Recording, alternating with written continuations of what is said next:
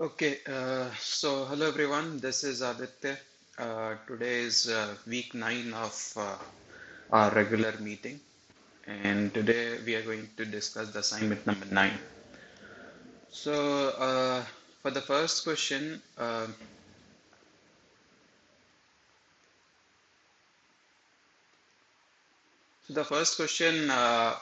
which there in the assignment is regarding an RC load, right? So it is saying that an RC load is connected to 230 volt supply, which is 60 hertz, and is drawing 23 amperes current.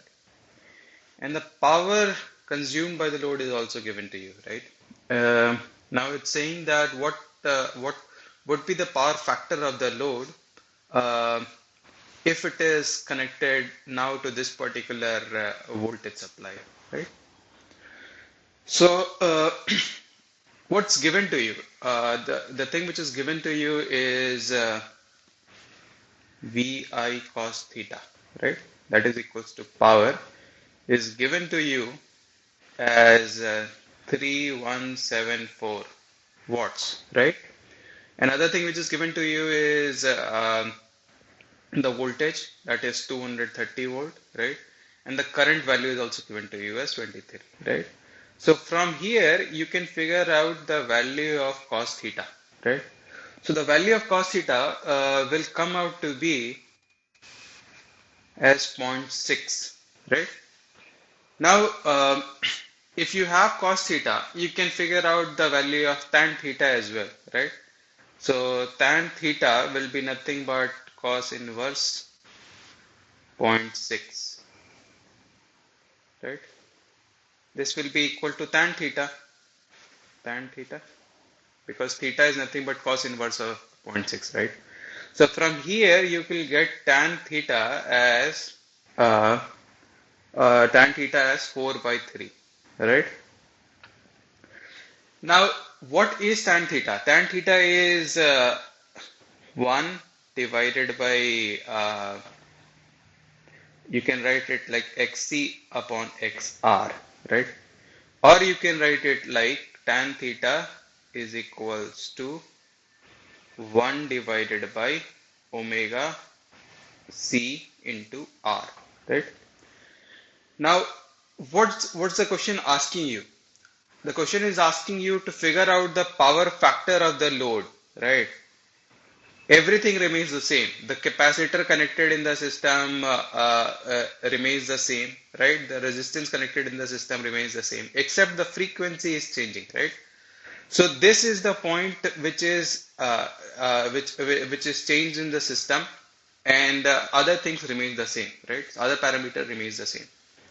So if tan theta for a 50 hertz was for a 50 for a 60 hertz was equals to 4 by 3, then what will be the value of tan theta for omega equals to 50 hertz, everything remaining the same, right? So you can obviously figure this out using basics of unitary methods, right? And then you'll figure out that tan theta is nothing but the new tan theta, let me call it 2.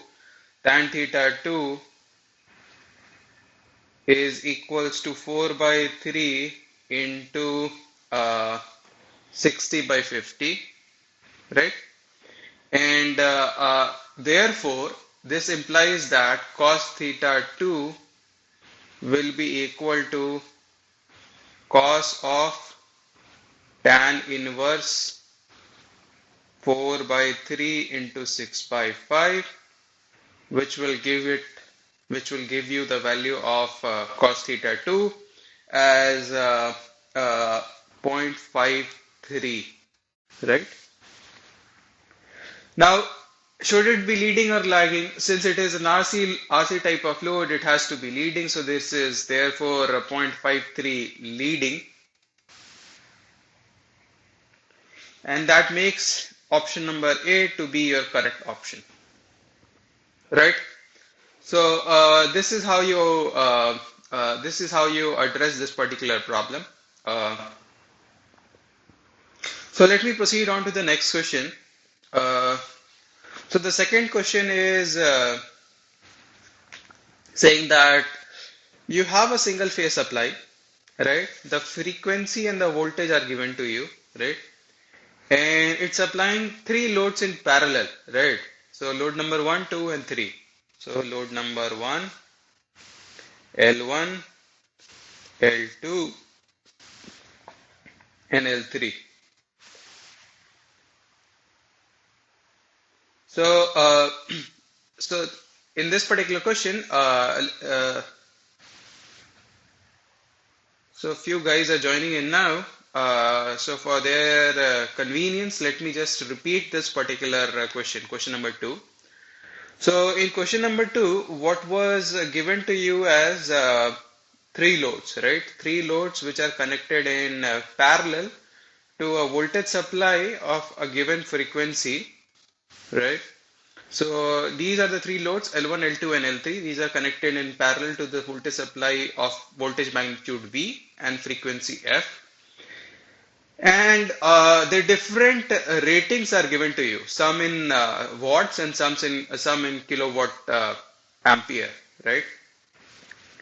Now it is asked, the question is asking that figure out what should be the value of capacitor which should be connected, right, in parallel to all these existing loads, such that the current which is drawn from the supply becomes a unity becomes a unity power, is in phase with the voltage, right? So let me just read the exact sentence. Find the value of the capacitor in microfarad, okay, in parallel to three loads, such that the current supplied from the source is in phase with the source voltage. So this is the line which is written in the question, that you have to determine the value of capacitance C such that the current which is drawn from the supply is in phase with the supply, right? So there should be only one component from the supply, that should be the real component, because the voltage supply is given to be as 230 volt at an angle of 0, right? So only real current must be coming out of the supply, and therefore the imaginary component of the current should be equal to 0. So let's say if I has a magnitude of I1 plus I real plus I imaginary, right? Then I imaginary component must be equal to 0. This is what the question is asking you, right? Now, for this to happen, what should happen is that all these loads, effective loads, must in parallel consume zero amount of imaginary component of current, right? That is the basic meaning of it. So let's try to figure this up. So let me call this I1, I2, I3, and let me call this as I4, right? So what is I1? So how to figure out I1? So it's given to you that the load is in kilowatts, right? At a lagging power factor of 0.8, correct? So you can write that for load 1, this is for load 1, calculation for load 1. So for load 1, you can write VI cos theta is equals to 1920 watts, right? And you can substitute in the value of voltage and cos theta to figure out the value of current, right? Now the current comes out to be 10.43 at an angle of minus 36.86. So I've done nothing. I've just taken the VI cos theta is equals to the power, right? This is the formula for power, VI cos theta. And then I substituted in the value of voltage in RMS, like 230. And cos theta is also given to you as 0.8. I just substituted that and I figured out the value of the value of current from there, right? Okay. Then comes L2. right? So L2 will be what? It's given to you as kVA, right? So this must be volt into current, voltage into current. So no power factor is given to you. That means it is just voltage into current, right? Because power factor was given to you, then it would be in wattage, not in volt amperes, right? So volt into ampere is given to you as 3200, right? You substitute in the value of voltage, that is 230, then you figure out the value of current. So this will give you the modulus value of current, right? So it will be 13.91, right, at an 91 at an angle of 25.84, right? So where is this angle coming from? This angle is coming from the information of power factor of zero point 0.9, right? So from this I'm uh, deriving the information of theta, right? So let me try to kind of elaborate here. Some of you guys may not be that familiar with uh, like theta. How is theta coming? So let me just try to elaborate here. So if you will divide 3200 divided by 230, you will get the value of I modulus as 13.91, correct? This is what I have written over here, 13.91, right? And for figuring out theta, what you can do is uh, cos inverse of zero point 0.9, right? So cos inverse of zero point 0.9 is equals to 25.84, right? Now it has to be in plus because it is leading. It's written in the question that it's leading, so it has to be plus, right? So I'm hoping that you understood how I derived I2. In the same manner I had derived the angle here of I1 as well, right? So just try to brush up your basics if you are if you had difficulty at the starting how I derived it. I think now it should be clear. Uh, Let me proceed to L3. So the load at L3 is given to you as 1800 watts at unity power factor. So it is a resistive load, right? Because it's at unity power factor. So it's given to you as VI is equals to 1800 watts, right? Now you plug in the value of voltage, that is 230, right? You figure out the value of current, that is current will come out to be 7.82 at an angle of 0 degrees. So these are the three values of current you have, right? Now what you do is you add them up together. So let me say I total is equals to, you just add them up. I total, let me I1 plus I2 plus I3. Now if you'll add them up together, what you will end up is 28.68 at an angle of minus 0.387, right? Okay. Now what is the imaginary component of it? Imaginary of I total. That will come out to be 0.1937. Okay, so far so good, right? Now, but I have written over here that imaginary component must be equal to 0. That is what the question is asking you, right? So this imaginary component of current must be supplied by the by the capacitor, right? Also, if you'll notice what is the sign over here, it will be minus J times, right? So capacitor will draw a leading power factor current, which will kind of adjust for this negative J, right? It will just cancel it out, and the overall effect will be equal to zero current, right? So the capacitor current is given by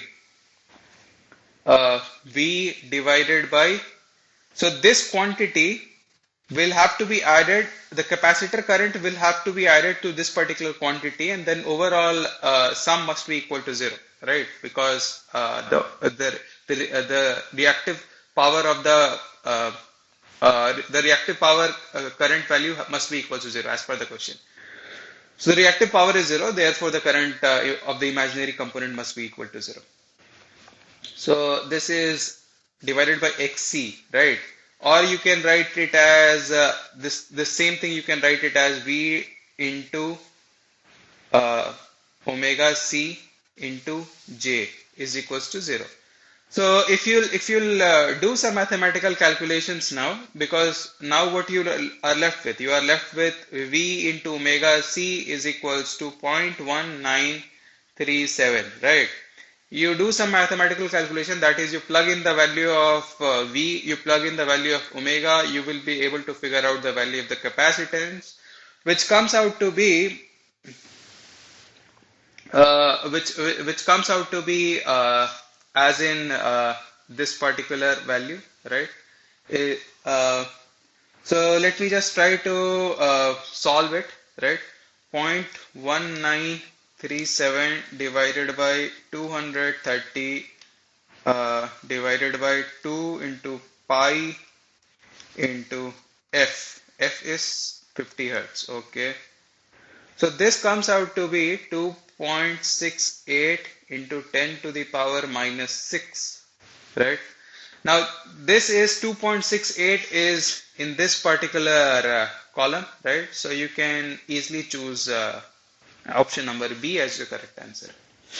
So I'm hoping that question number 2 was clear to everyone. If there is some doubt, feel free to ask them now.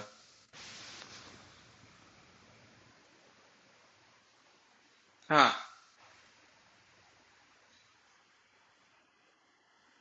VL1, L1, I1, I1. Yeah, tell me what value did you get? How did you calculate it?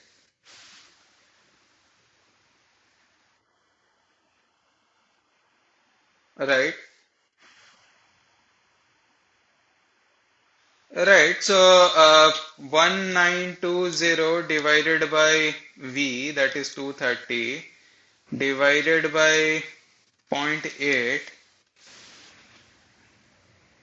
no, not divided by 230 into zero point 0.8, 10.43. No, man, I'm getting the same thing, right? This is 1920 divided by voltage, that is 230, divided by cos theta. Cos theta is given to you as zero point 0.8. Now, this will give you the magnitude of I1, which will come out to 10.43, right? So you re-verify your calculations. There is a good possibility that you might have done some errors in your calculation. Right. So, right. Any other doubt other apart from that L1 value? Oh, sorry, I1 value. Everything else is okay, I am assuming, right? Okay. So no further interjections. That implies that everyone has understood, and there are no queries here. So good. Let me proceed on to the next question now. So the next question is saying that you are given a circuit, right? A circuit of L, R, and C value, right? And it's asked the question is asking you figure out the value of L, right? Such that the inductor current is in phase with the voltage. Now, inductor current is nothing but the source voltage current, right? So if the source voltage current and the current it is if the source voltage and the current it is producing are in phase, that implies that this entire network must be equal to some resistance, effective resistance, right? This must be effectively be equal to some value of resistance. Now, for what value of L will this circuit end up being a resistance? In very simple terms, this is what the question is asking you, right? So how to determine that? Okay. So I know that these two are in parallel and this is in series with this. So I just have to figure out the effective impedance rather, of these three elements, right? So what will be the effective impedance? It will be nothing but XL plus XC into R plus XC, right? This will be the value of impedance, right? And I have to ensure that imaginary part of Z is equals to 0, right? This is what I have to do in very simple terms, right? Now, what is the value of R? It is given to you as 100. R is given to you as 100. What is XC? XC is nothing but 1 by j omega C, right? If you will do some calculations, you will figure out that XC is nothing but 100 j with a minus sign, right? Okay. Now, if you substitute R and XC in this particular relation, right? Okay, something happened. Yeah. So if you substitute the value of R, that is 100, and XC as minus 100J in this particular relation, and then try to figure out this particular quantity, so this particular quantity will yield you the value of 50 minus 50J, right? Now I understand that XL, whatever the value of XL, it will be equal to it will be equal to J times omega times L, right? And you have this particular quantity. So this is nothing but Z, right? Now it is asking you that imaginary part must be equal to 0. That implies that J omega L minus 50J must be equal to 0, right? Or that implies that XL must be equal to 50, right? Now what was the question asking you? Oh, figure out L in mini-Henries, right? So XL is nothing. So XL is nothing but omega L. So you try to figure out what is 50 divided by 2 into pi into 50, right? So uh, so basically you will get the value of L from here as whatever the value comes out to be. But it's certainly not going to be 1 upon 2 pi. So it's basically implying that the option is none of the above. So this is how you figure out. This is how you figure out the L value, right? Also, I think I have done some mistakes. So the frequency is not given to you as 50, right? The frequency is given to you in angular terms, right? So the L value will be equal to, let me just cross it out here, right? And write divided by omega, right? So L is nothing but 50 divided by omega. But the value of omega is given to you as 100 radians per second. Okay, so if it is 100 radians per second, then L must be equal to 50 divided by 100, right? That will come out to be 0.5 Henry, right? But the question is asking you figure out L in millihenry, right? And zero point 0.5 is given to you, but zero point 0.5 is in millihenry, and therefore you have to select none of the above. So this is a kind of like just testing your concentration level. If you are conscious enough, you'll not be marking 0.5 as the correct answer. You will be marking none of the above because the units are not matching. So I'm hoping that this question was clear to everyone. If there is any doubt in this, please feel free to ask.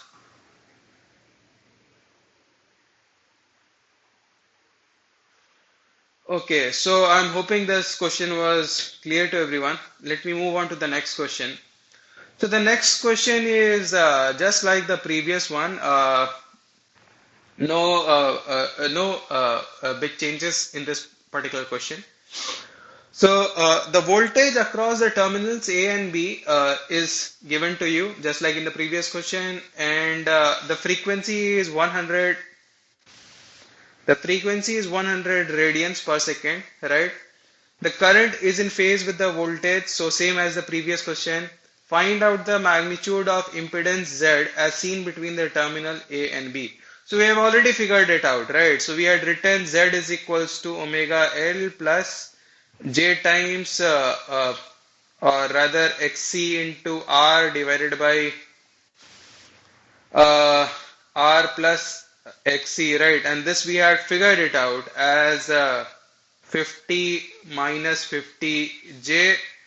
And since it is saying that the current is at unity power factor, therefore it means that omega L must also be the same thing which we had calculated in the previous question, that is equals to plus 50J. So the Z value will come out to be 50, right? How did it come out to be 50? Like you can refer to the previous solution, right? So the 50 value lies in the region of which region? Yes, this region. So D becomes your correct answer, right? So I'm hoping that question number 4 is also clear to everyone. If there is any doubt in question number 4, please feel free to ask.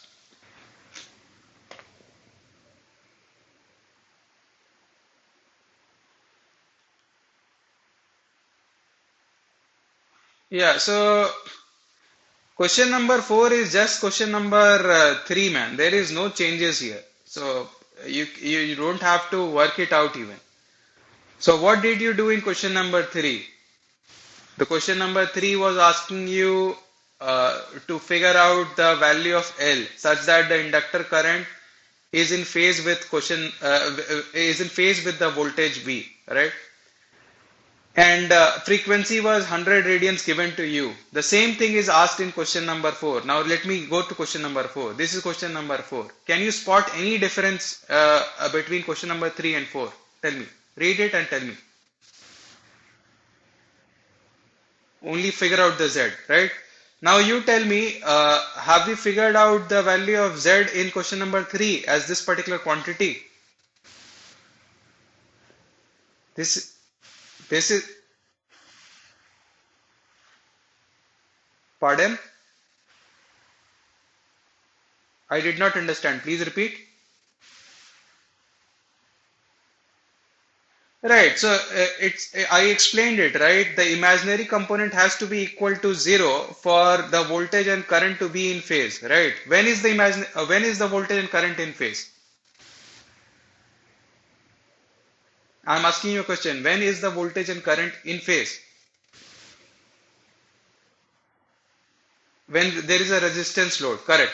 Does resistance draw any imaginary current? No.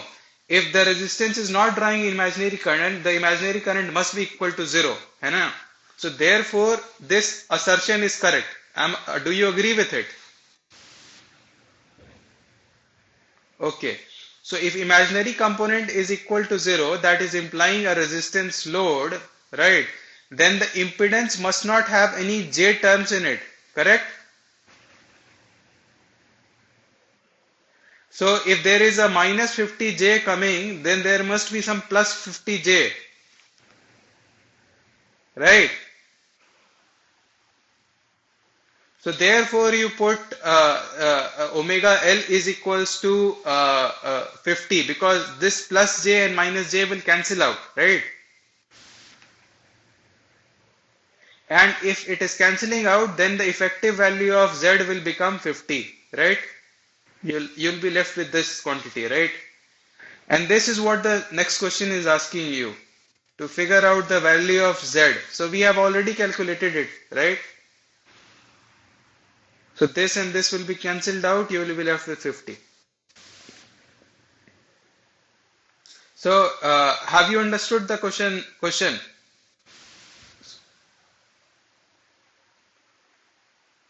Okay, right, right. Please tell me.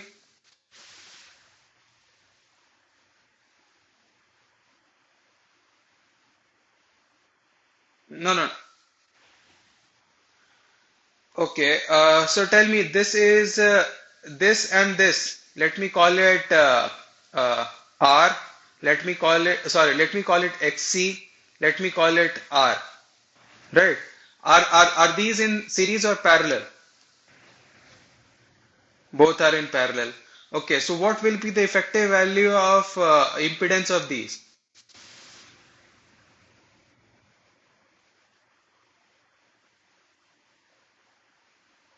RC into R नहीं है ना?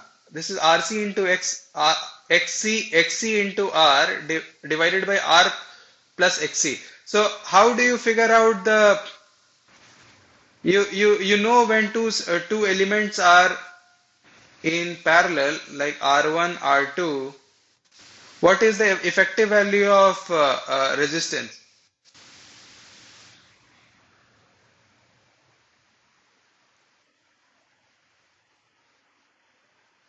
Right. So how did you get that? How did you get that? I know the end result. How did you get it?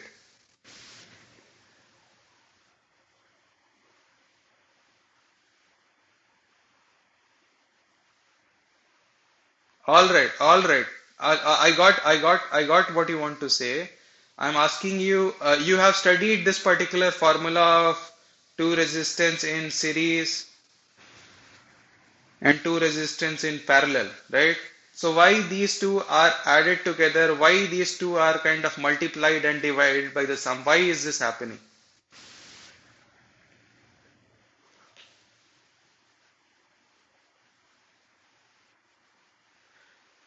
That's what I'm asking you. Like, if you can figure this thing out, you will be able to figure this thing out. This is the same as this, right? The only difference here is that instead of R1 and R2, what you have is X1 or like rather Z1 and Z2, right? This is the only difference between those two things, right? So how if you are able to understand how we get this, you will be able to figure out. So let me teach you how you get this.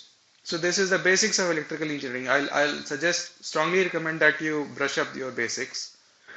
Uh, so let me kind of rub it. Yes, good.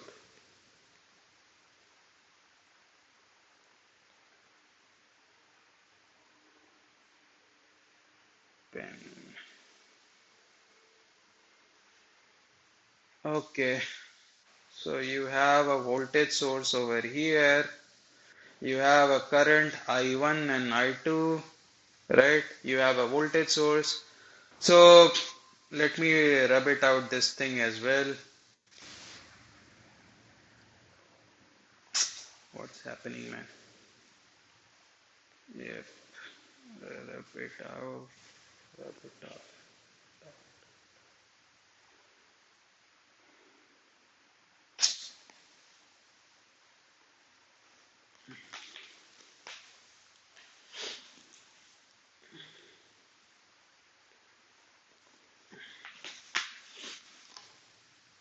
Now, what is I1? I1 is nothing but V divided by R1. What is I2? I2 is nothing but V divided by R2, right? What is the I?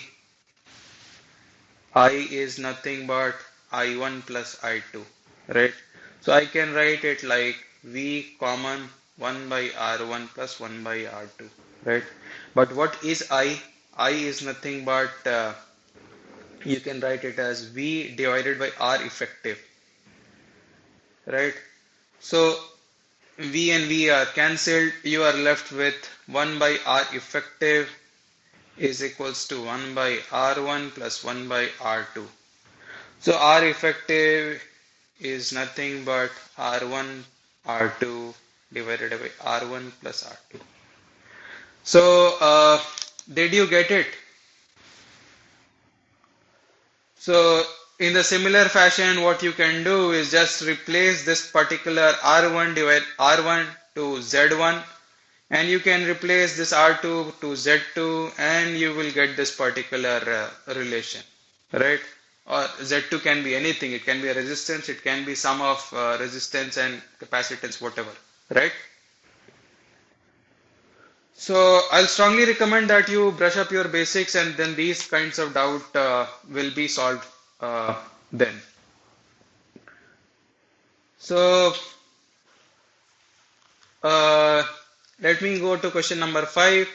The question number 5 is stating that you have a LRC network, right? Series LRC network, and it's given to you that VL is equals to VC is equals to 3 times of VR, right? Now the question is stating this, I'm just writing, right? So the question is asking you to figure out what is the one resonant frequency. The question is also asking you to figure out what is the quality factor Q, right? So what happens at resonance? At resonance, the effective voltage drop in the capacitance and the inductance. So this is the inductance here. Inductance and the capacitance. These tend to cancel out, right? So VL is equals to minus of VC. If this is happening in a series LRC network, that implies that it is in resonance, right? So fortunately, the question is saying that your VL and VC are equal in value, right? Now, if it is equal in value, that implies that it must be at resonance, right? So if it is at resonance, then the frequency of interest must be the resonance frequency. So the supply frequency is given to you as 60 Hertz, and it is figured that at 60 Hertz, VL is equals to VC. Therefore, Fz must be equals to 60 Hertz. So part 1 solved, right? Now what is part 2? Part 2 is saying that figure out the value of Q. Now Q is given to you as omega L, or rather XL upon R. This is the formula for Q, right? Now what is Q? The physical meaning of Q is that it denotes a kind of the damping in a circuit, right? So higher the value of Q, lower is going to be the damping, right? So mechanically you can think it to be an spring mass damper system, right? So you have a spring, you have a mass, you have it on a friction with mu coefficient of friction, you have constant K, and then it is kind of oscillating back and forth. If there is no mu is equals to 0, then the motion is going to be for a small displacement, it's going to be in SHM, right? For a big movement, it's going to be periodic motion. Nonetheless, for a small motion, it is in simple harmonic motion. If you have a mu which is not equals to 0, then it's slowly going to damp out and become mass at rest, right? So LRC circuit is nothing but the same thing. You have got a capacitance which is electrical analog of the spring. You have a mass which is an electrical analog of the inductance. So this mass here is electrical analog of inductance. And you have a resistance which is an electrical analog of mu, that is the friction. So it's basically the quality factor is denoting how much is the damping in the system, how much is the mu quantity, right? So it's basically a reflection on that. That's the physical meaning of it, but the formula for Q is this particular quantity, or you can write it like Q is also equal to 1 by R under root L by C, right? So this is a very standard formula of Q. You all guys must remember it. Now, under root L by C is nothing but which is known like it's a very famous equation in electrical engineering. It's known as characteristic equation. So CHA characteristic equation. So this is the characteristic impedance, characteristic impedance. This is impedance. So you will come to learn of this particular quantity in electrical engineering, principally in power system and analog analog electronics, right? In both of these things, you will come to know this particular quantity, that is under root L by C. And all you got to do is you got to figure out the value of L and C and then kind of multiply it by 1 by R to get the value of Q, right? Or you can use this particular relation to determine the value of Q. So fortunately, the question is also stating that the relation between VL and VR is 3 times VR, right? So the question is stating that VL is equals to 3 times of VR. So I can write that I into XL must be equal to I into R into 3, right? So I and I are cancelled. You are left with XL by R is equals to 3. So if you are going to put this particular derived value in the expression of Q, you will end up with Q is equals to 3. So you got the resonance frequency as 60 hertz. You got the value of Q as 3. So that makes your option number C as the correct answer, and then you have your answer over there, right? So is there any doubt here?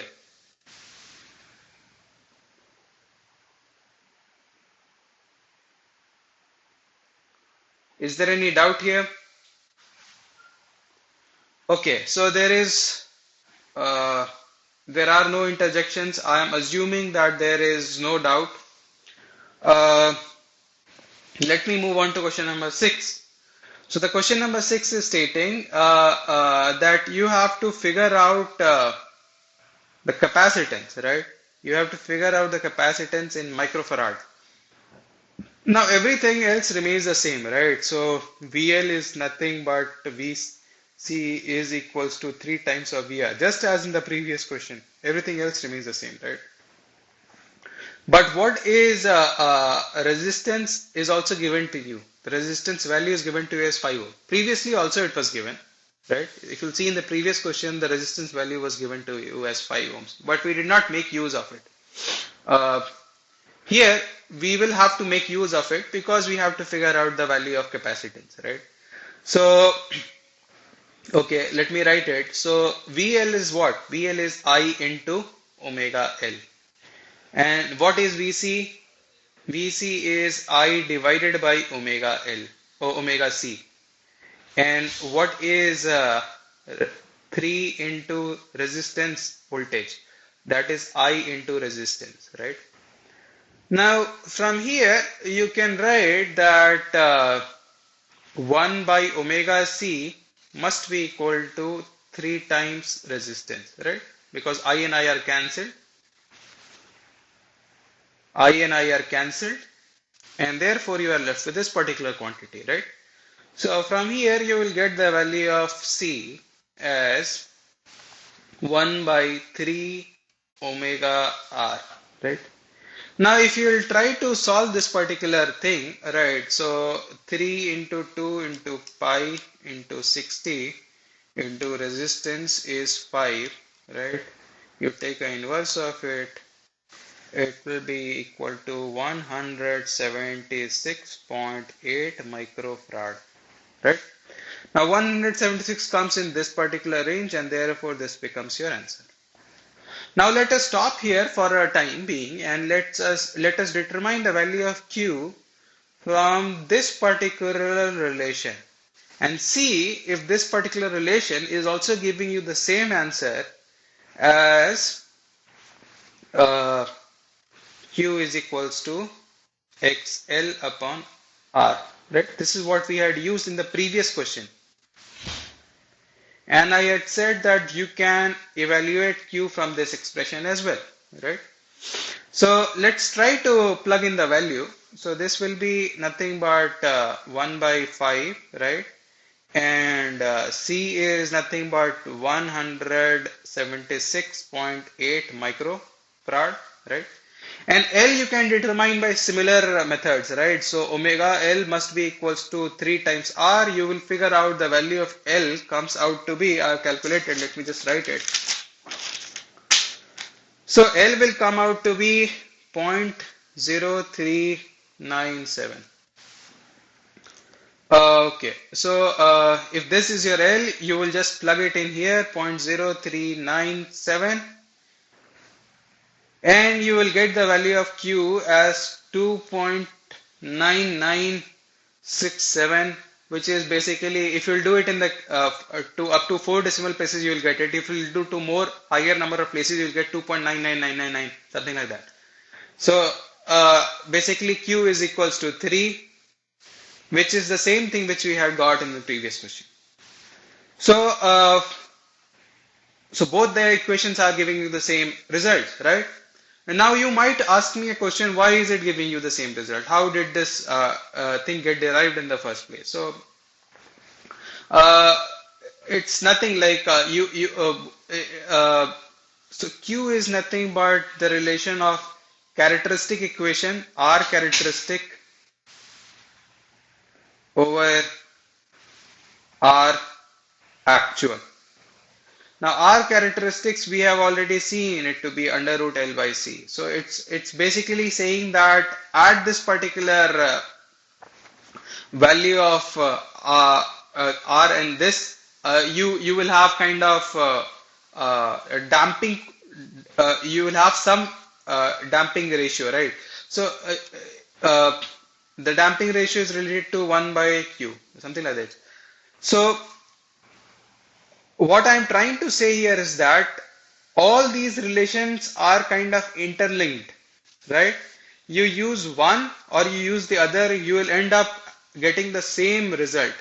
Now, why did you choose this particular formula and why not some other formula? This is something which you learn when you try to understand the meaning of quality factor, right?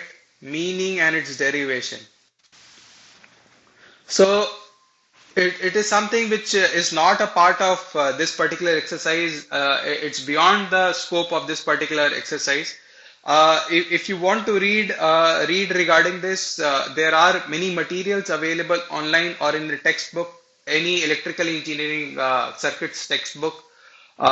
You can figure this out, and then there you will be able to understand what is the meaning of quality factor, how is it related to damping ratio, which is another very practical and important thing, right? Uh, what is the meaning of characteristic resistance? So you should kind of figure these things out, right, on your own, right? Or if I'm assuming that these things also must be taught in your regular class. So you can wait for that, or you can kind of explore these things on your own. So with that, like, how much time is remaining?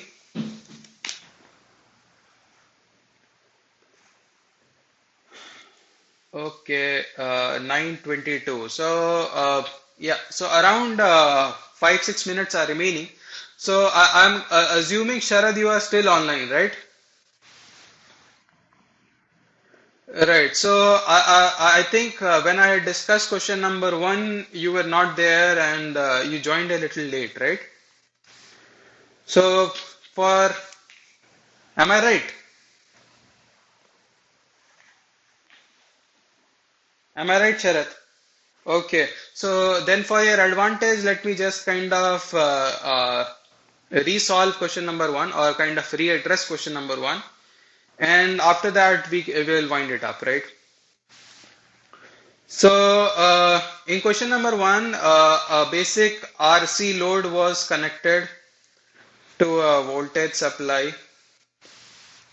So R and a C was given to you, and it was given that this was operating at 60 hertz, and the voltage was 240, right? 60 hertz, 240. Now, this was circuit 1. Circuit 1. In circuit 2, what they did is they kept everything same except here they changed the frequency to 50 hertz and the voltage to 450. This is the only change they did, right? And they asked us to find what is the cos theta in circuit 2. So this is what they asked us to determine, right? So I'm hoping the question is clear to you, right? Now, what did they give? They gave you the power consumed. So the power consumed is 3174 kilowatt, right? So basically, let me choose a different color pen now.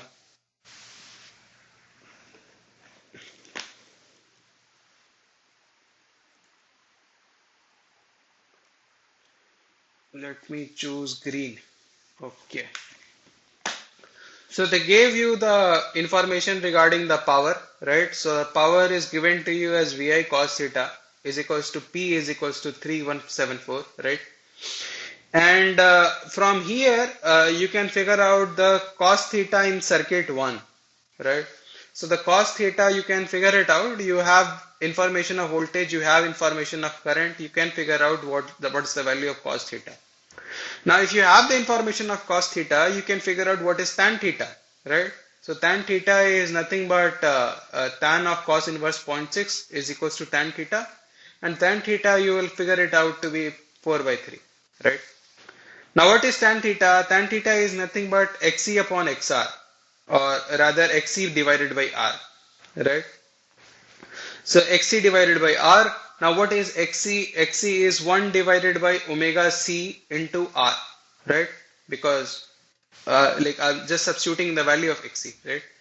So so tan theta is given to you equal to 4 by 3, and this particular value of 4 by 3 is equals to this particular quantity when omega is corresponding to 60 hertz. And in circuit 2, they are asking you to figure out tan theta when omega is equals to 50 hertz. So everything else will remain the same. The expression of tan theta is also going to remain the same, except for that 60 you will have 50. That's the only difference there is going to be in circuit 2. So if you have the information of 1 by omega CR is equals to 4 by 3 at 60 hertz, then you can easily evaluate the value of 1 by omega CR at omega is equals to 50 by unitary method, right? So all you got to do is that you have the information of this particular quantity here, right, as 4 by 3, and then since by unitary method I'll just multiply it by 60 divided by 50 to get the value of tan theta at omega corresponding to omega is equals to 50. And from here you can get the value of theta 2. You take a cosine of that, you will end up with a power factor as 0.53 leading. So did you understand this, Sharad?